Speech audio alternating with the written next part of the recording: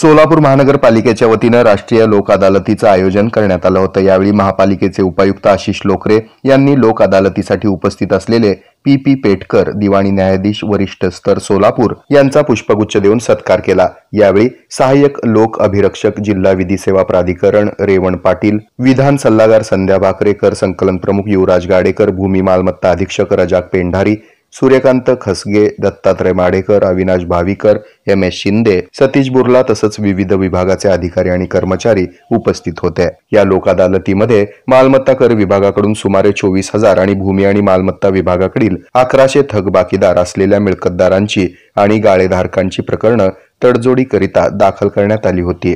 या दाखल प्रकरणनिहाय मान्य सचिव जिल्हा विधी सेवा प्राधिकरण सोलापूर यांचे मार्फत संबंधित मिळकतदारांना नोटिसा बजावण्यात आल्या आहेत।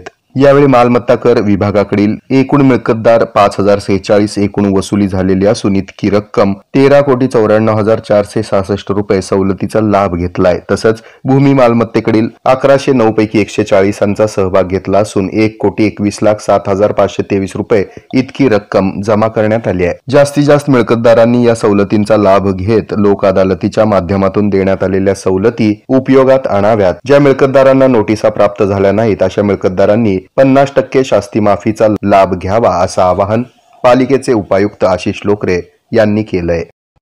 हे आहे मेट्रोकास्ट केबल नेटवर्क आणि आपण पाहत आहात द न्यूज प्लस बरच काही।